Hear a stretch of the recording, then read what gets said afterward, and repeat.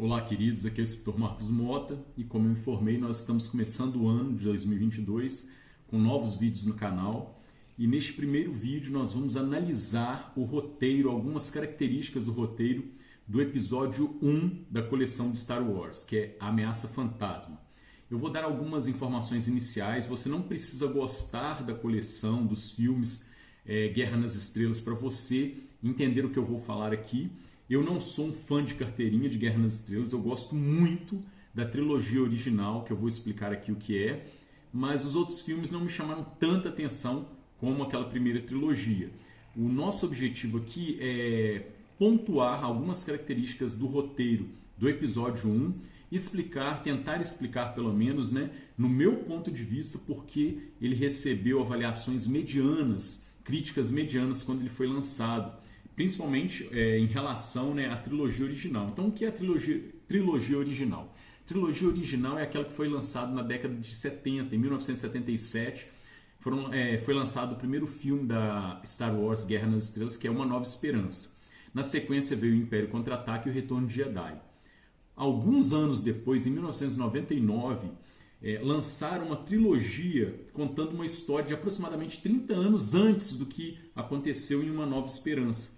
Então essa é a trilogia que eu chamo de prequela, o que veio antes da trilogia original. É composta pelos filmes A Ameaça Fantasma, O Ataque dos Clones e A Vingança do Sith. Depois resolveram fazer uma história contando o que aconteceu posteriormente ao Retorno de Jedi e lançaram uma nova trilogia que eu chamo de trilogia sequela, que veio depois. A história que veio depois, com os filmes O Despertar da Força, Os Últimos Jedi e A Ascensão de Skywalker. Então, no vídeo de hoje, nós vamos analisar alguns pontos do roteiro do filme A Ameaça Fantasma. Por que esse filme ele teve críticas tão razoáveis, medianas, Ele não foi tão bem visto pela crítica. Então, eu quero começar aqui falando para vocês que eu divido esse filme, o roteiro desse filme, em 4 partes. A parte 1, ela vai pegar o ato 1 e uma parte do ato 2. E a parte 2 vai terminar no midpoint, na metade do ato 2. A terceira parte do roteiro desse filme começa no midpoint e vai terminar um pouco antes do início do ato 3, ok? E a quarta parte, a parte final do roteiro deste filme, ela vai começar um pouco antes de se iniciar o ato 3, obviamente, e vai fechar com o ato 3. Então vamos lá. Primeira coisa, esses 3 filmes da trilogia prequela, eles vão contar a história do Darth Vader. Darth Vader ele é o vilão da trilogia original, certo? Nós já sabemos que ele é o pai do Luke Skywalker e da Leia. E nessa trilogia vai se desenvolver, vai contar como ele se transformou no Darth Vader. Ou seja, se nós juntarmos os 3 filmes dessa trilogia prequela, nós vamos ter o quê? Nós vamos ter um arco negativo de personagem. Nós vamos ver um protagonista perdendo virtudes e se transformando em um vilão. Só que isso só vai terminar onde? No terceiro filme, da primeira trilogia, da trilogia prequela. Em Ameaça Fantasma, eu tenho como protagonista quem? O Anakin. Anakin é o nome do Darth Vader, é o garotinho que vai se transformar no vilão no Darth Vader. Deve se orgulhar do seu filho. Ele dá sem esperar nada em troca. Ele não conhece a ganância. E a primeira coisa que eu vejo no erro deste roteiro, ao meu ver, é que o protagonista ele é apresentado meia hora depois do início do filme. Você é um anjo? O quê? Então, na maioria das vezes, o que eu ensino principalmente no meu curso de escrita na Udemy, eu falo, pessoal, nós temos os 2 primeiros capítulos do livro para apresentarmos o nosso protagonista. Então, geralmente, o protagonista ele é apresentado no início do filme, no início do roteiro, no início do livro.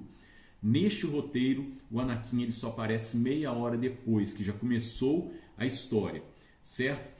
A única vez que eu vi isso acontecer de um protagonista na literatura ser apresentado bem depois do início do livro foi na coleção Deltora Quest. A coleção Deltora Quest é uma coleção com 15 livros e o personagem principal, no primeiro livro, ele aparece na metade do primeiro livro. O primeiro livro é dividido em 2 partes. A primeira parte do primeiro livro conta uma história do que aconteceu ali no reino de Deltora, e só na metade do primeiro livro que surge o protagonista. Isso funcionou muito bem para a coleção literária, né, Deltora Quest, porque é uma coleção com 15 livros, então se você juntar tudo num volume único, acaba que essa metade do primeiro livro fica sendo uma introdução, e é uma introdução muito bem feita. Então, é uma regra apresentar o protagonista no início? Eu sigo isso como regra. Só que, se você for um escritor muito experiente, um diretor de cinema muito experiente, se você souber fazer bem essa mudança, você coloca, então, o seu protagonista sendo apresentado bem distante.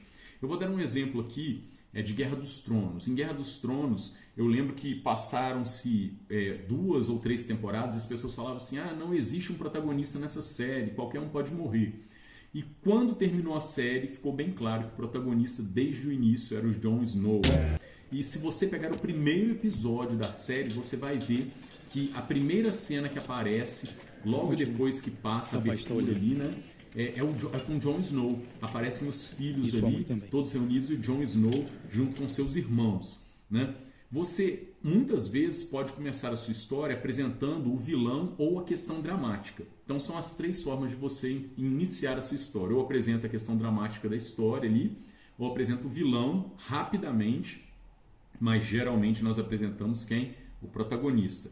Então nesse roteiro eu achei que isso não ficou bem, porque a meia hora anterior, antes do Anakin aparecer, nós vamos entrar agora no segundo detalhe, ela não prende a atenção do telespectador.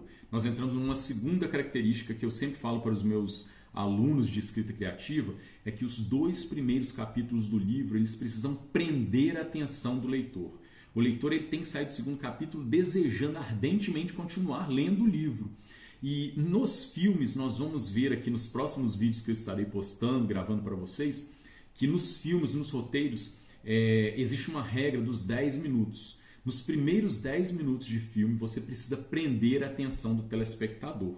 Então eu transferi isso para a literatura e coloquei como sendo nos 2 primeiros capítulos, certo? E nós vamos ver que na Ameaça Fantasma, diferente dos outros filmes, né, pelo menos da trilogia original e de tantos outros filmes produzidos por Lucasfilmes, pelo Steven Spielberg, os 10 primeiros minutos eles são essenciais. Isso não acontece em Ameaça Fantasma. Nós temos, demora 5 minutos para acontecer a primeira ação mesmo de luta. Depois essa ação ela é interrompida e no 10º minuto volta a ação de novo, quando um Jedi ali, o Jin, né, ele cai no planeta e ele encontra o Jar Jar. Vai embora daqui! Aí a ação ela é interrompida novamente, ela volta lá para o 15º, 18º minuto. Então a ação ela é toda diluída até que se chegue em 30 minutos de filme e o protagonista vai ser apresentado. Então essas 2 características nesse primeiro momento do filme, para mim, deixou a desejar. A meia hora inicial é o que eu chamo de primeira parte, né, desse roteiro, que ela fica por conta de quê? De apresentar 2 Jedis, uma questão dramática ali, política, envolvendo também a rainha, né? Amidala, se eu não me engano o nome é esse mesmo. Os 2 Jedis, um é o Obi-Wan Kenobi, que vai ser uma peça fundamental na trilogia original, e um Jedi chamado Jin, né? Ele aparece pela primeira vez neste filme. Então eu queria deixar para vocês aqui essas 2 observações desse primeiro quarto do filme, deixou a desejar. No segundo quarto do filme, que já pega já no ato 2 até o midpoint, vai mostrar o que? A apresentação do protagonista, do Anakin. Gostei de conhecer você, Anakin. Também gostei de conhecer você. O Anakin ele é um escravo inicialmente, ele mora no planeta Tatooine e ele entra numa competição, numa corrida, e esse Jedi Jin, ele faz ali uma aposta com o pessoal da corrida que se o Anakin vencesse a corrida, ele seria liberto, ele não seria mais escravo. E acaba que ele vence a corrida. Então, as próximas meia hora de filme, vamos dizer assim, né? O segundo quarto do filme termina no midpoint com o Anakin o quê? Deixando de ser um escravo. O quê? Você não é mais escravo. E aí nós temos o midpoint deste filme.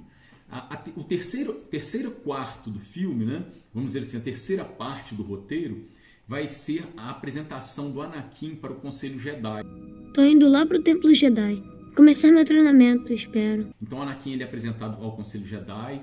Todos os Jedi ali, inclusive o Yoda, vão perceber que existe algo estranho na força que esse garoto possui. Eles não vão, vamos dizer assim, aceitá-lo, porém o Jedi Jim vai forçar a situação, falar que ele confia no que ele está enxergando no Anakin. Ele vai fazer o Obi-Wan Kenobi prometer para ele que vai treinar o Anakin, certo? E na última parte, na quarta parte do roteiro, finalmente, é a batalha. Geralmente esses filmes terminam com uma batalha, né?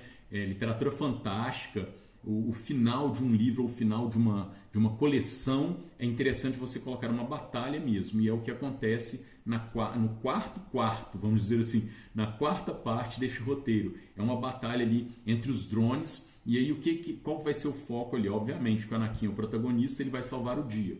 O Anakin ele vai, vamos dizer assim, entrar numa nave, ele vai conseguir ir no espaço até onde tem uma central que controla os drones que estão em guerra contra os seus amigos ali, né, contra o grupo de protagonistas, e aí ele vai conseguir desativar esses drones. Vai ter uma cena dramática, obviamente, onde o Jim, que é um Jedi, ele morre, certo? Ele vai morrer através do sabre de luz ali de um Sith, e esse Sith ele vai surgir neste filme com uma coisa inédita, como se os Sith tivessem desaparecido, e de repente os Jedi falam, não, surgiu um Sith, nós não vimos de onde ele veio, como ele veio, nós não sentimos isso, e é uma manifestação de que o mal, vamos dizer assim, está retornando ali aquele universo de Guerra nas Estrelas, e o Conselho Jedi vai começar a perceber isso, certo? Então, eu passei para vocês aqui as 4 partes do roteiro, as partes principais. O roteiro realmente ele possui uma tensão que vai subindo até o momento da batalha. É um roteiro que, de certa forma, é clichê, mas o que encanta? Agora vamos falar um pouco assim, de pontos positivos desse roteiro.